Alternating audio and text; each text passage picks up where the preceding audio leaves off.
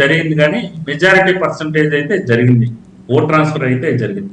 పిఠాపురంలో వర్మగారి అనుచరులు చేశారు, ఎందుకంటే వర్మగారికి ఇబ్బంది లేదు కానీ వర్మగారి అనుచరులు కొద్దిగా ప్రొటెస్ట్ చేసినట్టు వార్తలు వచ్చినాయి కదా. స్టార్టింగ్ ఎవరైనా ఏ నాయకుడి విషయంలో అయినా ప్రొటెస్ట్ చేయకపోతే ప్రొటెక్ట్ చేయరు. మన డిమాండ్ చూపించుకోవాలి. ఇనీషియల్ గా చూపించుకోకపోతే అంతవరకు తీసుకురారు కదా. ఒక ఎమ్మెల్సీ హామీ ఇచ్చో లేకపోతే ఇంకోటి మినిస్టర్ హామీ ఇచ్చో ఏదో ఒకటి చేయరు. స్టార్టింగ్ లో అయితే మొత్తం కొంత హడావిడి చేయాల్సి ఉంటది, అదే చేశారు. తర్వాత అంతా సర్దుమణిగిపోయింది, మనస్ఫూర్తిగానే ఒకరికొకరు సహకరించుకున్నారు.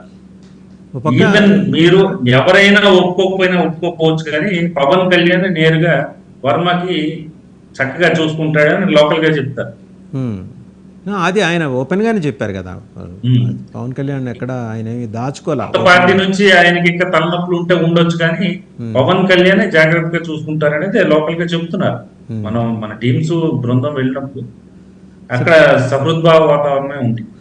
ఈ పోల్ మేనేజ్మెంట్, మనీ మేనేజ్మెంట్ దగ్గరకు వచ్చేప్పటికీ గోదావరి జిల్లాలో ఏ పార్టీ ఎహెడ్ ఉందండి, అంటే ఏ పార్టీ ముందర ఉంది? పోల్ మేనేజ్మెంట్ ఈసారి కూటమి సక్సెస్ అయిందండి.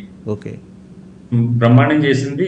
తర్వాత ఎందుకు అంటున్నానంటే ప్రతి నియోజకవర్గంలో మన టీం వెళ్ళింది కాబట్టి ఈ చివరి నిమిషంలో ఇక అంటే ప్రత్యర్థినే చూశారు, శత్రువునే చూశారు. ఇప్పుడు మనలో మనం కొట్టుకుంటే ఇక ఫర్దర్ గా చంద్రబాబు సీఎం కాకపోతేనో లేకపోతే మన పార్టీ అధికారంలోకి రాకపోతేనో మన చెట్టు కొమ్మను మనం నరుక్కున్నట్లే భావించారు. ఒకరినొకరు సహకరించుకున్నారు.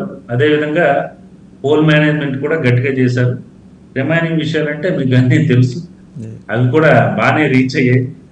సో మనీ మేనేజ్మెంట్ కూడా బాగానే చేసినట్లే. అంటే కూటమి ఈసారి మనీ మేనేజ్మెంట్లో ఇబ్బంది పడింది, ఆశించిన స్థాయిలో వాళ్ళు పంచుకోలేకపోయారు, అట్లాగా పంచలేకపోయారు. ఏదైనా నియోజకవర్గం గురించి అయితే మనం మాట్లాడొచ్చండి, ఎందుకంటే ఓవరాల్ గా చూసుకుంటే కూటమి పోల్ మేనేజ్మెంట్ లో సక్సెస్ అయ్యింది. రైట్. చివరి నిమిషంలో ప్రభావితం చేసిన అంశాలు ఇవన్నీ ల్యాండ్ టైటిలింగ్ యాక్ట్, ఈ మేనేజ్మెంట్, పోల్ మేనేజ్మెంట్, ఇదంతా పకడ్బందీగా చేయగలిగారు. ఓట్ ట్రాన్స్ఫర్ కూడా జరిగింది కాబట్టి మంచి స్కోర్ చేస్తున్నారని చెప్తున్నారు. మీకు వర్స్ట్ కేసులో మీరు ఒక థంబ్ రూల్ పెట్టుకోవచ్చు, మళ్ళీ మనం మాట్లాడుకుందాం. 110 అనేది కన్ఫర్మ్ అండి, 110 కన్ఫర్మ్ అలయన్స్. తర్వాత ఇప్పుడు మనం రేపు ఈవినింగ్ కల్లా మొత్తం సమ్అప్ చేసేస్తాం. వేవ్ ఉంటే 130+, వేవ్ లేకపోయినప్పుడు 110, 120 మధ్యలో ఉంటుంది, ±5.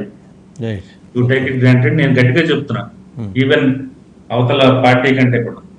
రైట్. అండ్ నెక్స్ట్ వచ్చేప్పటికి కృష్ణా జిల్లా అండి. కృష్ణా ఒకటి సార్ నేను విషయం చెప్పాలనుకుంటున్నాను. శ్రీకాకుళం, విశాఖపట్నం, తూర్పు గోదావరి, పశ్చిమ గోదావరి, కృష్ణా, గుంటూరు అండ్ నెల్లూరు, ఇక్కడతో ఎలక్షన్ అయిపోతుందండి. ఓకే, ఒక నిమిషం. శ్రీకాకుళం, విశాఖపట్నం, తూర్పు గోదావరి, పశ్చిమ గోదావరి, కృష్ణా, గుంటూరు అండ్ నెల్లూరు. ఓకే, ఇవి ఈ 7 జిల్లాలు డిసైడింగ్ ఫ్యాక్టర్ అవుతుంది. అక్కడితో క్లోజ్ అయిపోతుంది ఎలక్షన్ అయిపోతుంది. ఇక్కడితోటే తెలుగుదేశం మెజారిటీ వచ్చేస్తుంది, అదే కూటమి మెజారిటీ వచ్చేస్తుంది. రైట్. సరే, ఈ కృష్ణాకు వచ్చేప్పటికీ ఒకసారి మేజర్ సెగ్మెంట్స్ చూద్దాం. ఇప్పుడు దేవినేని ఉమామహేశ్వరరావు గారిని కాదని వసంత కృష్ణప్రసాద్ గారికి ఇవ్వటం అనేది ఆ నియోజకవర్గంలో ఏమైనా ప్రభావం చూపించిందా? ఏం చూపించదండి, ఎందుకంటే ఇంకా జగన్మోహన్ రెడ్డి వీళ్ళనైతే పాలు పోసినట్టు ఒక వీక్ క్యాండిడేట్ ని తీసుకొచ్చి అక్కడ పెట్టాడు ఆయన. అదే అసలే తెలుగుదేశం సీటు. ఒక జడ్పీటీసీ ఎవరో సర్నాథ్ తిరుపతిరావు సంథింగ్ పేరు కూడా మనకు తెలియదు, ఆయన ప్రయోగం చేశాడు. అలాంటి క్యాండిడేట్ ని ఇంకా ఖచ్చితంగా మంచి మెజారిటీతో గెలుస్తుంది మైలవరం. రైట్. విజయవాడ ఈస్ట్ గద్దె రామ్మోహన్ రావు గారు ఎలా ఉంది? అది చాలా ఎప్పటి నుంచో ఆయన ఎంపీగా చేశారు and very known person, very familiar. అంటే ఎవరు గెలుస్తారనేది నేను తర్వాత చెప్తాను కానండి, బాగా టైట్ ఫైట్ ఇచ్చాడు ఆయన. ఎవరు? వైఎస్ఆర్సీపీ దేవినేని అవినాష్ నెహ్రూ గారు. తర్వాత ఒక బెల్ట్ ఎస్సీ కమ్యూనిటీ ఉన్న బెల్ట్ అవుట్ రైట్ గా వైఎస్ఆర్సీపీ సపోర్ట్ చేస్తుంది.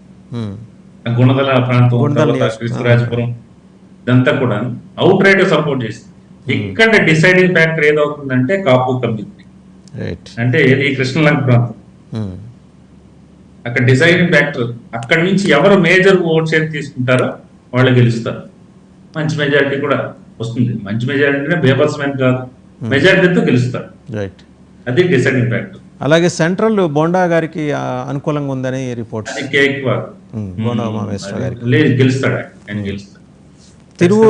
Tiruvuru SC segment, Tiruvuru tight YSRCP నుంచి టైట్ ఫైట్ నుంచి టీడీపీ ఎడ్జ్ వరకు తీసుకొచ్చారు. అక్కడ వరకు సక్సెస్ అయ్యారు. ఓకే. అది ఆ రిజల్ట్ కూడా అప్పుడే వద్దులేండి, నేను టైట్ ఫైట్ వరకు చాలు మనకి అంతవరకు.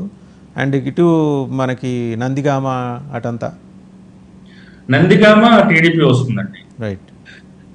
ఆల్మోస్ట్ 6 విజయవాడ పార్లమెంట్ లో కేసినేని చిన్ని మంచి మెజారిటీతో గెలుస్తున్నాడు.